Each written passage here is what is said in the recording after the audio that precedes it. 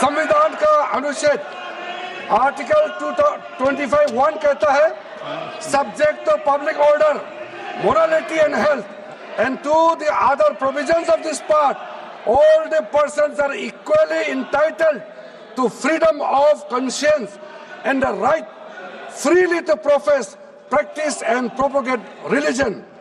Sir, government किसी भी धार्मिक व्यवस्था को, किसी भी रिलीजियस इंस्टीट्यूशन, कोई धार्मिक काम में हस्तक्षेप करने नहीं जा रहा है, ना ही वक्फ बोर्ड किसी धार्मिक स्थल की व्यवस्था में कोई भी तरीके से हाथ डालने का प्रावधान है, बिल्कुल नहीं है। सर,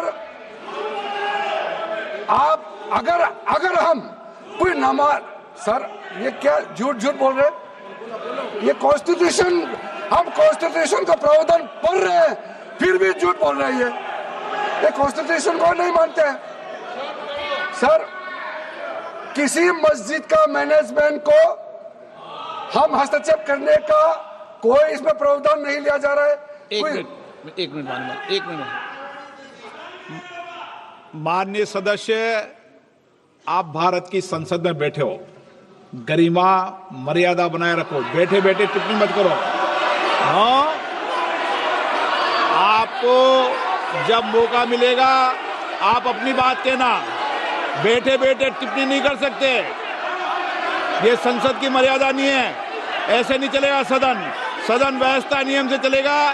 किसी भी व्यक्ति को बैठे बैठे कोई भी सदस्य जो बोल रहा हो उसके बीच में टिप्पणी करने का अधिकार नहीं है। माननीय मंत्री जी। अध्यक्ष महोदय जी, ये वक्फ बोर्ड का जो प्रावधान किसी मस्जिद, किसी मंदिर, किसी धार्मिक स्थल का व्यवस्था का कोई लेना देना नहीं है। ये सिंपली एक प्रॉपर्टी का मैनेजमेंट का विषय है। ये कोई मुसलमान अपना ज़कात देता है, फितरा देता है, उसको हम पूछने वाला कौन होते हैं? ये आपका धार्मिक भावना से जुड़े हुए चीज है, उसमें सरकार का कोई लेना देना नहीं है। लेकिन ये वक्फ प्रॉपर्टी का मामला है, लेकिन वक्फ प्रॉपर्टी का मैनेजमेंट करता है, मुतवालीज करता है। ये आपको इतना बेसिक ये फर्क जो है अगर समझ में नहीं आते या जानबूझ करके आप नहीं समझना चाहते हैं तो मेरे पास इसका कोई इलाज नहीं है। अध्यक्ष महोदय जी, ये आपके माध्यम से मैं फिर से कहना चाहता हूं कि ये सर क्या ये ऐसा बहस नहीं होता है जी। आप लोग का तर्क रखने का समय में बोलिए, ये बीच में कमेंट पास करने से सर हमारा पॉइंट का फ्लो भी बिगड़ता है और आवाज भी ठीक नहीं हो, आवाज भी ठीक से नहीं जाएगा। आप क्या चीज को जवाब देंगे?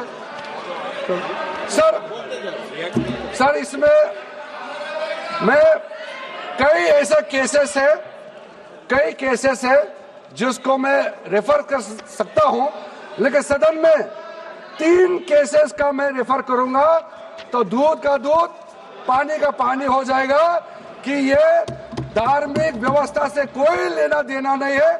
आपको मैं पहला एग्जांपल देना चाहता हूं, सैयद फजल पकुया तंगल वर्सेस यूनियन ऑफ इंडिया। इसमें क्या केरला हाईकोर्ट का फैसला है। केरला हाईकोर्ट ने कहा the Waqf board is a statutory body, pure and simple, it is not a representative body of the Muslim community. ये हाईकोर्ट का ऑर्डर है।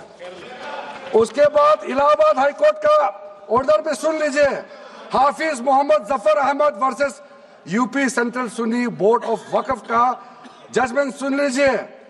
A mutawalli's right is purely a right of management of the property and is not a proprietary right. The duties of a mutawalli are purely of a secular character. His duties are not of a religious character. इतना clear cut ruling है। तीसरा, तिलकायत श्री गोविंद लाल जी महाराज versus state of Rajasthan. इसमें high court ने क्या कहा, supreme court ने क्या कहा, right to manage the properties of the temple. अब देखिए मंदिर का भी इसमें एग्जाम्पल लिया गया है। right to manage the properties of the temple is purely a secular matter and cannot be regarded as a religious practice. Properties of temple, temple नहीं, temple का जो property है, उसी प्रकार से आप बार बार कहना कि मुसलमानों का अधिकार में गैर मुसलमान कैसे आ रहा है, ये तर्क ही नहीं बनता है। आप ये आज से ये बात बोलने के लिए बंद कीजिए।